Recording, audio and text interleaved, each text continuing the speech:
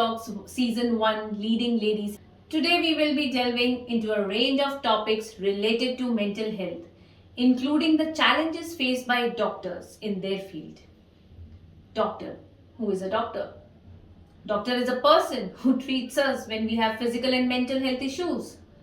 But do they ensure whether they are in a good shape through their own treatment? Do they have time?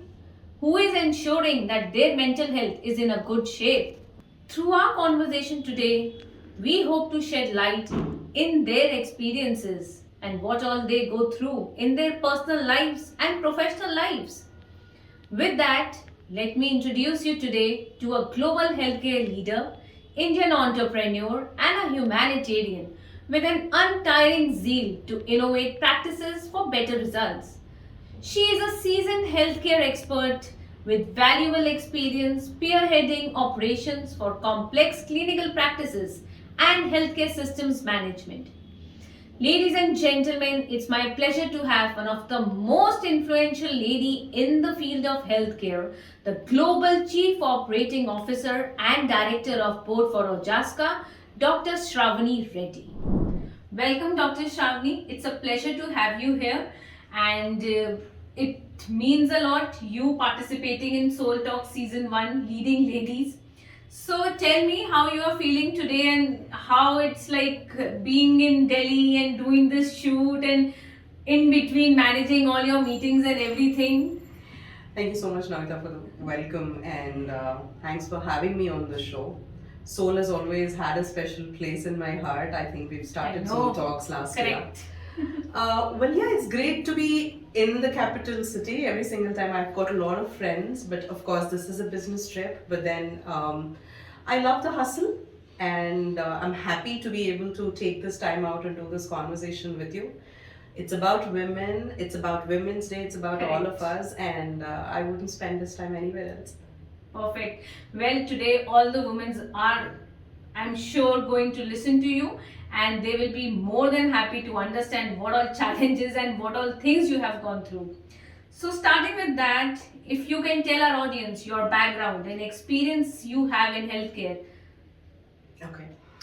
So I am a medical doctor, an allopathic doctor to begin with. My journey started with medical education. I came out of the medical school, but I've said this multiple times that I was more interested in entrepreneurship, building models, building things and businesses. So since healthcare is my domain, I've gone on to spend more time upskilling myself and learning things to be able to build newer business models in healthcare.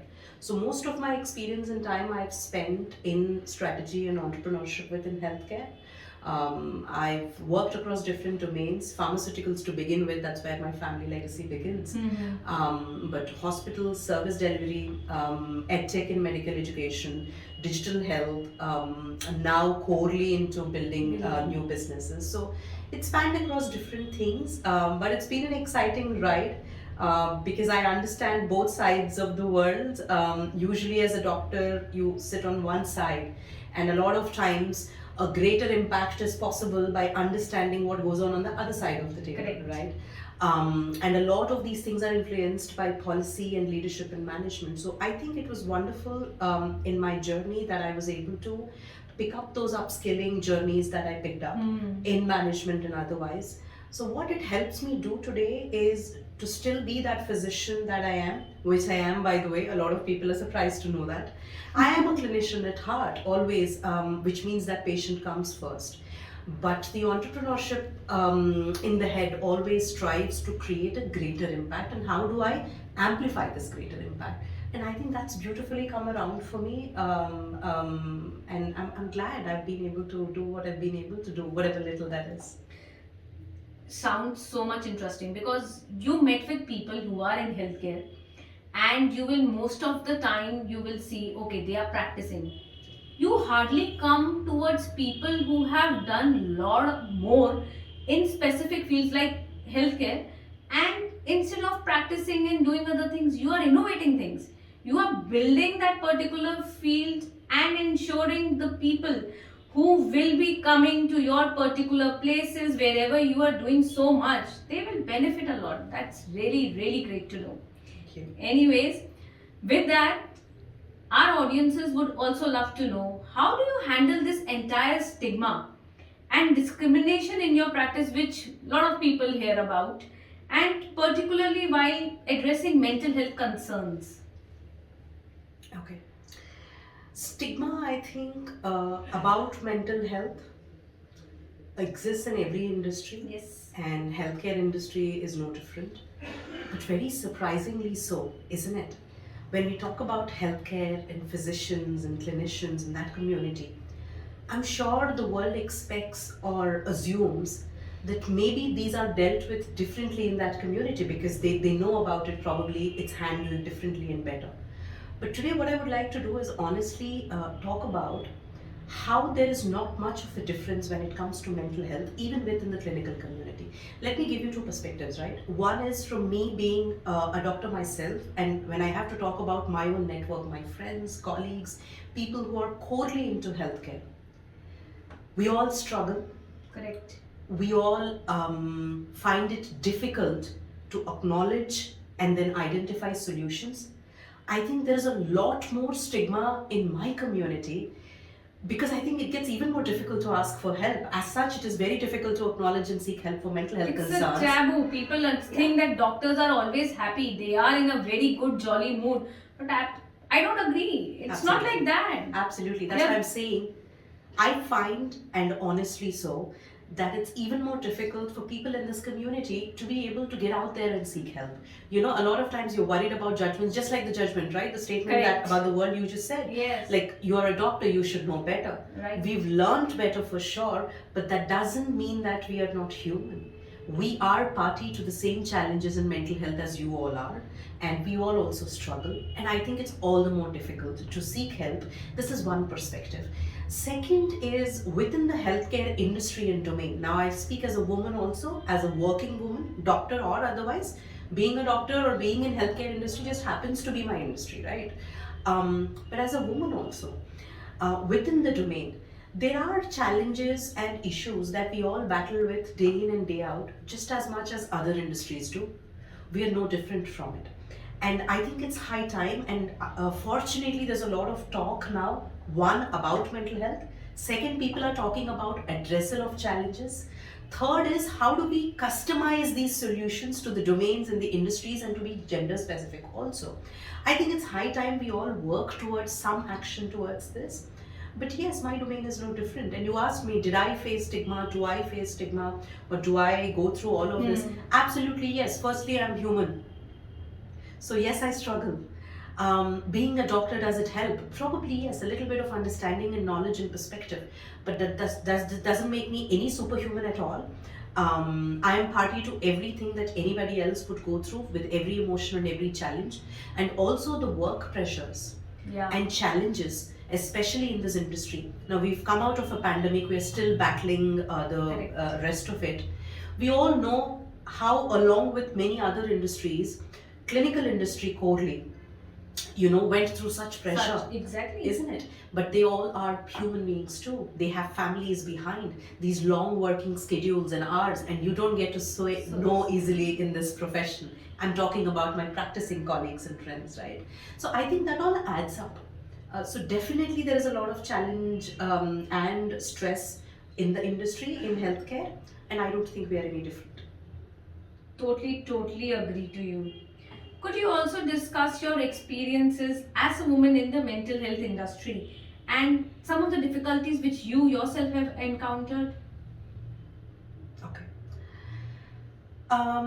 Being a woman, I think, even if you want to agree or disagree, this is my experience. Being a woman is still very challenging when you have to manage both the worlds. Correct. That is, you have to manage firstly to begin with your own world, that is your own self, and the family and whatever comes along with it. And then you're also now stepping out to win the world, isn't it? You're working, you're building, you're doing different things. Is it difficult? Yes, it is. Now, you spoke about specifically about mental health industry and working in this activism and how that has affected. I think one of the things I would definitely want to bring up is, every time I stand up and speak about mental health, I'd like to acknowledge that firstly it's about me.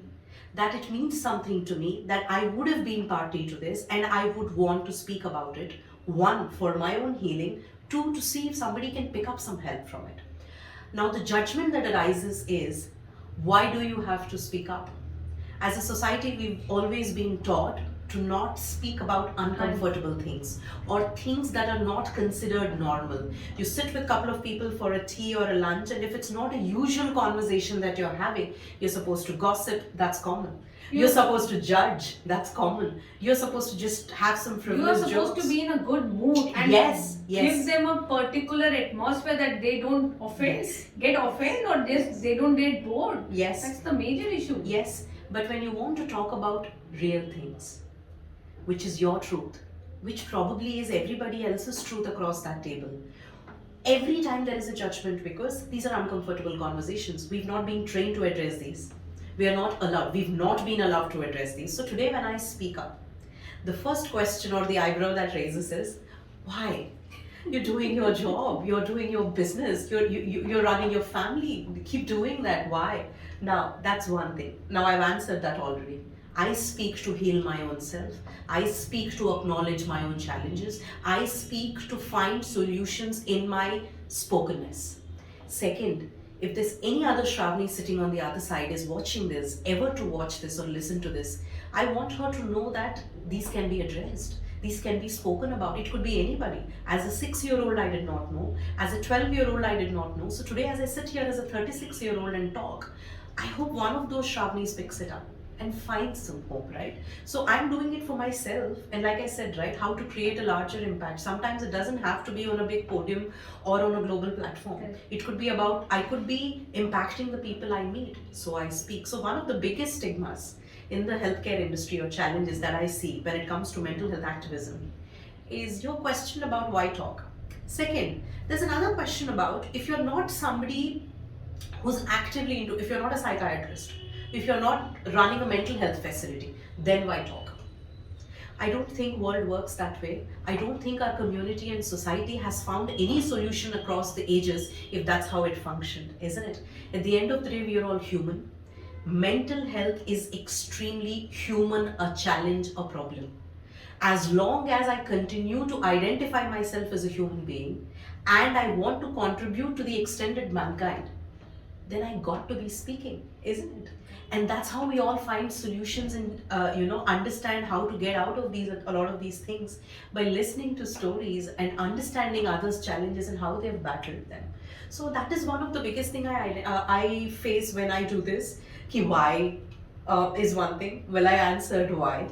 How is something we figure out, like how I interact with you people or engage with platforms like Solh or people that I meet. That's how I do it. But why I do it is definitely because I'm a human being. I've had struggles. I still struggle. I continue to be a human, so I'm sure I will continue to struggle, right? Physical health and mental health are not different.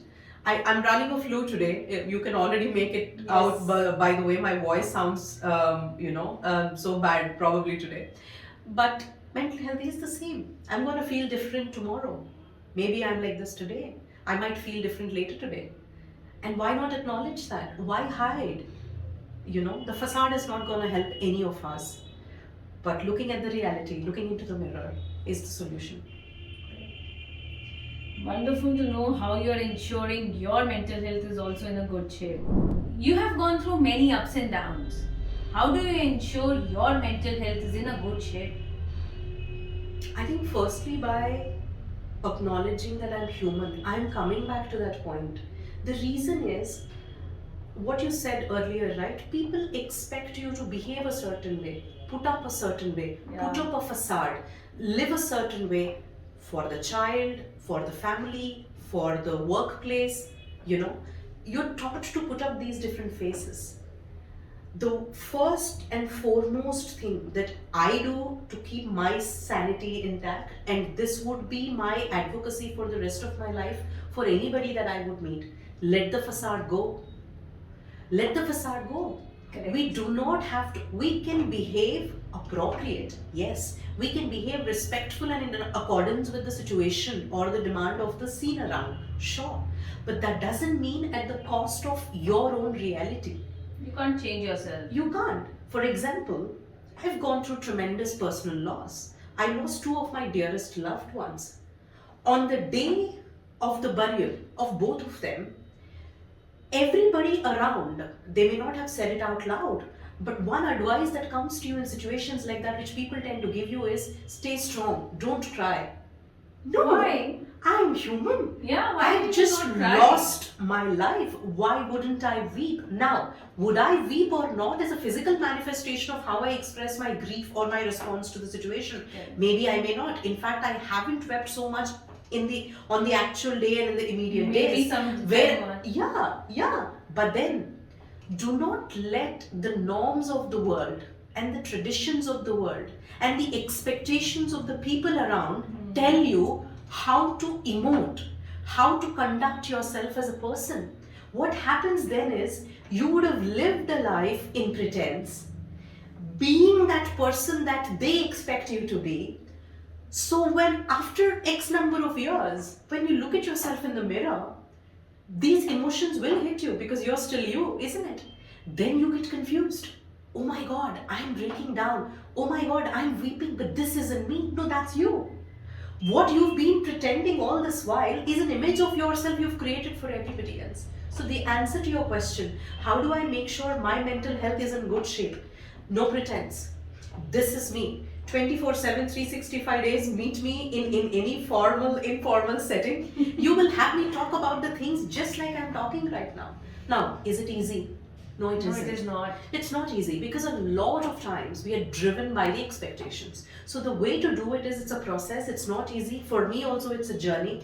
But if I want to keep myself at peace, I make sure that I am my priority. When my husband passed away and I was in a terrible shock, one of the commonest advices that was given to me, in their own way, they thought they were supporting me, everybody around, was think of your child and live for her. Had I listened to that, I wouldn't have been here today. What I thought of at that point is, I'm also here. I'm still here. He is gone, but my 36-year-old life is still here. This is me. I have to live for myself first. Exactly. Sure, I love my child to the core. Then only you would be able But- to give her a good life. But she is another individual that I am accountable for, responsible for, that I have to give her a good life, show her how to live, love her. That's my responsibility as a parent, and I love her. But I love myself too. I have loved myself for 36 years. Why let go of that? And people don't acknowledge that. And the moment the word self-love comes in, one of the commonest questions people ask me is, how do you love yourself? It's not something you do. It's not an action. It's a state you arrive at.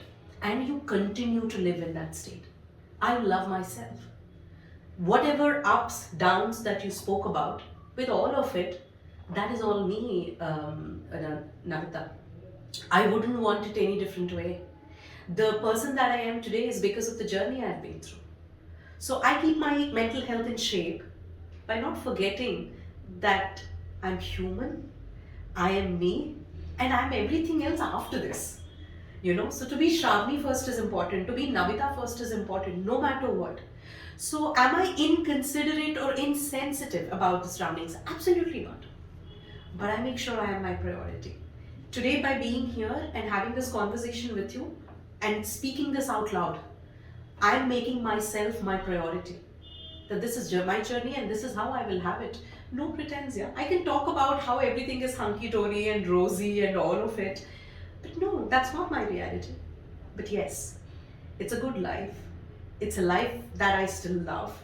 It's a life that still adds value to my existence, and I hope to everybody that I meet also. But that's how I maintain my goodwill. But like I said, it's a process, and there are ways and techniques one can come around to reach that space, to each their own, right? For example, spending a lot of time with my child, spending time in the nature. I'm very much into gardening. I read a lot. Music and poetry is something that warms my heart. I love people, so when I meet and I talk, I am this. There's no agenda there. These are things which help me. Something else might help you, but that you have to figure out. For each person their own. I don't think one solution will fit everybody. Yeah. But yes, one thing that will definitely help everyone is this. Let the facade go. Your conversation today reminded me when we started Soul, when it was conceptualized, when Kapil was so passionate about it. He came up with this idea of I design me. Absolutely. So when you were saying that get off, just let go the facade and this is me, I don't want to pretend. That I design me concept just pinged somewhere in my mind, and it was just like, yeah, what she's saying, we were exactly saying the same thing when we were talking about Soul last year, and the journey has been great. So what burdens me and aches me a lot of times when I counsel a lot of people, people come to me, friends and otherwise also. One of the things that I've realized, what burdens a human soul more than anything else is the journey of trying to be somebody else. Somebody else. Don't do that. It's not worth it. This life is so precious and you have to live it like yourself. And let me tell you something, there's no second me. There's no other me. You'll never find There's another. no planet B. When people say about sustainability, there is a planet B. There is no planet U. No, It's only absolutely. And it gets difficult because you've been carrying that burden Yes. of being somebody else's perception of you. Don't do that. This is me. And it's okay if everybody is not in agreement. And I don't think that should be the goal of life, that I am to please everybody around. I think I'm interested in pleasing myself first. I love that. Anyway, in the coming years, how do you see the field of mental health evolving? And what are the advancements? So, for example, you are yourself an entrepreneur, you have been doing so much in the medical field. These advancements, how are you so much excited about? I think the previous era, the last couple of decades, or the decade we're just passing by through so far, one best thing that has happened for mental health a lot about is people have started talking, both from the provider's perspective and from people in communities as well, right? So the talk has begun, where it was too stigmatized earlier to even speak about it. They're talking now. And there are a lot of platforms, organizations, profit, non-profit now operate in this zone where there's a lot of awareness that's being created, which is good. Now that that bed is laid, now that platform is set, how I see the next couple of decades span out, one is that a lot of involvement and participation from people and communities, and I'm not using the word patients, okay? Patient is used for a disease, right? And we are talking about every human being on the planet who has a mind, which means there will be certain concerns that each of us go through it from time to time. I see that there is going to be a lot participation voluntarily from communities and people coming forward to talk about, acknowledge and seek solutions, which is a great move, right? I think which did not happen before. Second, I see technology is a super game changer today. The helm of digital health we are sitting at today, and how it can now support and aid this entire mental health management is going to be amazing. Now, we are all talking about ChatGPT. I was just recently reading an article about how this can be game changing in mental health, right? I think one of the biggest challenges in mental health earlier with respect to counseling and therapy is the lack of trained resources, right? How do you seek out such a enormous population and support them, right? And this has been one of the challenges. Now, with technologies evolving, intelligence and AI coming in, I think there is no reason why we shouldn't be able to find better solutions this decade, not late. I think in the next 5-6 years to come, when we should be able to address these masses better. That resource support, I think, should be taking a different shape now. So that excites me. One is people are talking. Two, people are ready to find solution. They're seeking out. Third, we on this side as providers now have technology to support us to be able to drive some of these solutions and design these solutions. I think marrying both of them, if you see, I definitely see a great scope for mental health management in the future, in the near years to come, and that's how I see it. So the businesses that I'm involved in, or the organizations that I'm looped with, These are the two things I look for also. One, how are we able to accelerate the technology involvement in the processes? One is that interests me. Second is where we are able to create some novel customizable solutions, which is the biggest challenge, right? No two journeys are the same. What works for me will not work for you, then what do I do? But maybe with the advent of technology coming in, will I be able to create some help there? Those are the areas I'm also focused on and working towards. And I think the decade that we have ahead is going to be huge for mental health in terms of identifying solutions. And I hope so. I hope so. And I hope we are a little part of that journey. Absolutely, and totally agree to that. You being friends of soul, it has been a huge journey with you. Seeing an evolving soul, we are ensuring we create those type of tools and solutions for people in mental health so that they also ensure they can have a good shape of mental health. With that, I would really like to thank you, Dr. Sravani, to coming up here all the way from Hyderabad for you to be here for us. I'm so glad you could make. With that, I would just like to give a small token of soul calmness hamper which we have created. Thank you. Considering we are the tools and solutions preventive mental health marketplace, here you go. Thank you so much for coming. These have some small tools and solutions which shall help you when you are not in a good mood. Allow me to say that first of all, soul is family. Yes. Anybody or anything that is working towards betterment of mental health, I consider very close. I'm happy and honored to be associated with Soul the way we've started the journey. I think this concept about extending the Soul Talks with ladies to begin with, of course, I'm sure we'll go forward with different formats, to be able to do this kind of an impromptu talk and understand their own journeys and challenges. I think this is important. Yes. Because like they say, people think people who lead may not have challenges. I think it's important to bring these stories to focus so that everybody who's watching also realizes that we are not superhuman.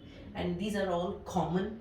There's no need to be tabooed about any of this. Right. It's as real as it can get. And it was lovely talking to you. Same here. I always enjoy talking to you. You come up with so much positive energy about this entire thing, and you yourself have gone through a lot of experience in your life, and how you have managed it's totally wonderful. No comments there. Thank you so much. Thank you so much you all to be here and listening to this wonderful episode. I hope you will also like and ensure your own mental health is in a good shape. Stay tuned for the next episode. Subscribe to our channel and download our mobile app Solh Wellness. Thank you so much for being there.